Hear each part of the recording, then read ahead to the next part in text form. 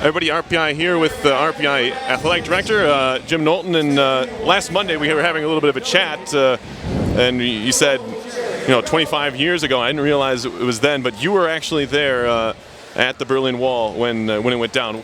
What was that experience like? Just that part of it when it was all kind of happening for you. It was crazy. I had been in Berlin for a couple of years. I was the aide-de-camp for the commander of Berlin. And the night that it happened, it really happened by accident. And we didn't figure that out until the next morning when we talked to Peter Jennings. But one of the Politburo lower-level leaders was doing a press conference, and someone handed him a paper, and he said, wow, we're going to relax the restrictions at the border. People couldn't believe it. They started lining up at the border, and the next thing you know, the wall was down. So it was a crazy day, and I went home and ate dinner about 11 o'clock that night and decided that I couldn't go to bed, and went down and spent the rest of the night down standing on the wall in front of the Brandenburg Gate. So you had to go down, you couldn't go down in uniform, right? You had to go down wearing civilian clothes, wherever you had to put on my German garb, so I blended in, and there it was. Get down to the Brandenburg Gate. It was pandemonium, and the Checkpoint Charlie was open, and cars were coming through, and it was an exciting night. Now, Jim, you have a piece of the wall. You have a few pieces in your possession, right? I do, yes. But you have one here with you. So we're going to, for folks on RPI TV, you're going to get a chance to see this. So, Jim, go ahead and pull that out for us. So this is a piece of the wall, and what's interesting is the wall was perfectly clean on one side, and that was the side that faced East Berlin.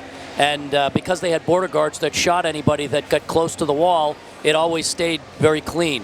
And on the other side, you can see there was different paint, and there was always graffiti and people writing on it and talking about take down the wall and free the people.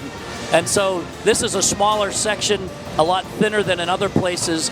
This was down near Steinstücken, but the wall varied in different widths. So how long were you in Germany, before and after this went down? I was stationed in Germany starting in 1983, and I was there in West Germany for 3.5 years. I went back for 6 months, and then came back in 87 and was there till 90. And in 89, November was when the wall actually fell. Yeah, that's a very, very. You tell your kids about it. You're telling us about it now. Yeah. But that kind of led you to. You were already in the Army. You went to West Point. Correct. And then you played hockey there, of course. Yep. And so, yeah, that's really a remarkable kind of story there. It really was. Yeah. No, it was an exciting time, and I think that people didn't realize the monumental impact that was going to have. And each day that went past, people realized, wow, we're really opening the wall for the first time since 1961. And we stood on the Galenica Brücke, which, if you watch spy movies, is where they exchange spies. And we stood on there when they first opened it, and people got to realize freedom from that area of East Berlin. People crying. We were in uniform, and they said, boy, thank you very much. We would have never had this opportunity if the Americans and the French and the British hadn't stayed the course and kept the pressure on to open the wall. That's awesome. Let's switch gears just a bit, because I know you love RPI hockey. Yes. You come up to as many games as you're here for. What do you think of this year's team? It's a little bit different than years past. It seems like every year is a little bit different. I think it's an exciting team, and I think that we're a young team.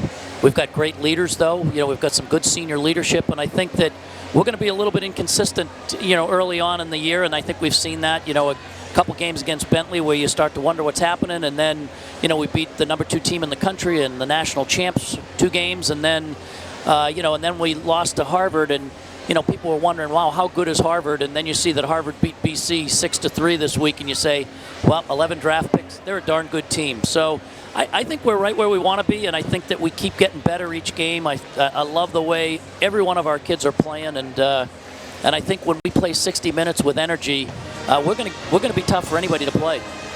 And this, even with a couple of injuries that RPI's had here, it seems like the guys are stepping up, whether it be DeVito and Wood and Hampton. These guys are coming in and playing. You have 3 freshmen playing on the blue line at times this year. It seems like you have all year. It's the longest season of any sport. Yep. I'm sure you're familiar with that. So it's a long season. You try to get better incrementally, I guess. And depth is important, and I think what you see is when the teams that can keep everybody involved, meaning every player you may not be playing tonight, but you could be playing tomorrow. And if everybody is approaching practice like that, what you find is that depth is what carries you during the tough times when you do pick up a few injuries, because it's inevitable. It's going to happen. No one wants to have injuries, but when it does, if you've got that depth and players ready to play, it makes a big difference. Jim, can we see that piece of the wall again? We hold it up to the camera here so we can get a little. This is the East Germany side here, and then wasn't very thick, was it, Jim? Not in that area. Not In the Steinstücken area, it wasn't as thick as it was in some of the other places.